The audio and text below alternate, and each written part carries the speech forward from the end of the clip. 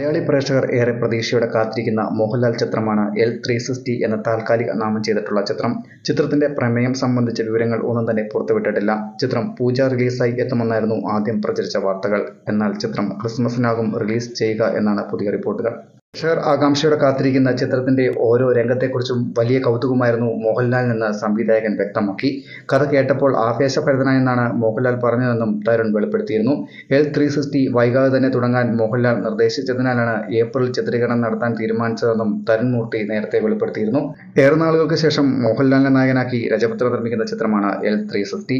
L360യിൽ മോഹൻലാൽ അവതരിപ്പിക്കുന്ന കഥാപാത്രം പത്തനംതിട്ട ജില്ലയിലെ റാന്നിയിൽ ഒരു സാധാരണ ടാക്സി ഡ്രൈവറുടെ കഥാപാത്രമാണ്. മോഹൻലാൽ ഒരു റിയലിസ്റ്റിക് നായകഥാപാത്രത്തെ ഈ ചിത്രത്തിൽ അവതരിപ്പിക്കുന്നു എന്നതാണ് ചിത്രത്തിന്റെ പ്രധാന പ്രത്യേകത.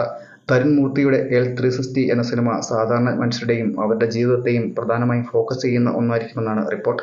തരുൺ മൂർത്തിയും സുനിലും ചേർന്നാണ് തിരക്കഥ എഴുതിയിരിക്കുന്നത്. ദുരാന്റെ ചിത്രീകരണവുമായി ബന്ധപ്പെട്ട് മോഹൻലാൽ പോയതിനാൽ ഈ ചിത്രത്തിന്റെ ഷൂട്ടിംഗ് ഇപ്പോൾ ഷെഡ്യൂൾ ബ്രേക്കിലാണ്.